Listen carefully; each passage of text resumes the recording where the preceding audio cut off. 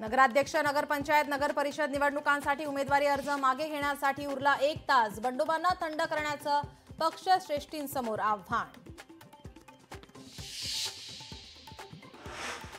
मुंढवा जमीन घोटाळा प्रकरणातील वादग्रस्त तहसीलदार सूर्यकांत येवले लोकशाही मराठीवर.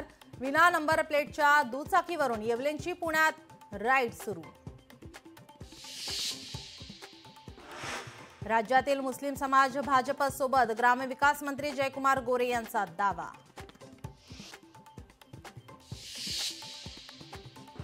काँग्रेस नेत्या यशोमती ठाकूर येणाऱ्या 6 महिन्यांमध्ये भाजपमध्ये दिसतील. आमदार रवी राणा यांचा खळबळजनक दावा. देवेंद्र फडणवीस यांच्यासोबत त्यांची भेटही झाली असल्याचा दावा. मालेगावमधील 3 वर्षाच्या मुलीवर अत्याचार प्रकरण. आरोपीने गुन्हा कबूल केलेला असताना सुनावणी फास्ट ट्रॅक खटला. या सगळ्यांची गरजच काय? त्याला थेट फाशी द्या. मुलीच्या काकांची लोकशाही मराठीच्या माध्यमातून मागणी. आरोपीने सिद्ध केलंय की मी हा गुन्हा केलाय म्हणून. सर्व आहे तर मग विलंब का?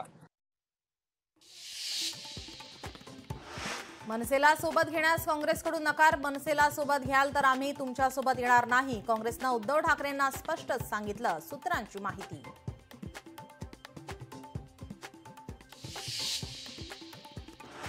स्मृती मानधनाचा लग्न सोहळा 23 नोव्हेंबरला सांगलीत. विवाह सोहळा. नवरदेव पलाश सांगलीत दाखल. पुणे महानगरपालिकेच्या इतिहासात सर्वात मोठा घोटाळ्याची लोकशाही मराठीनं केली पोलखोल. आरोग्य विभागात तब्बल 100 कोटींच्या वर हा घोटाळा झाल्याचा भाजप नेत्याचा दावा.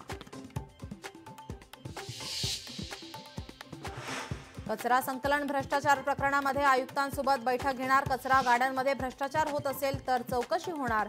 लोकशाहीच्या बातमीनंतर आशिष शेलारांचं आश्वासन.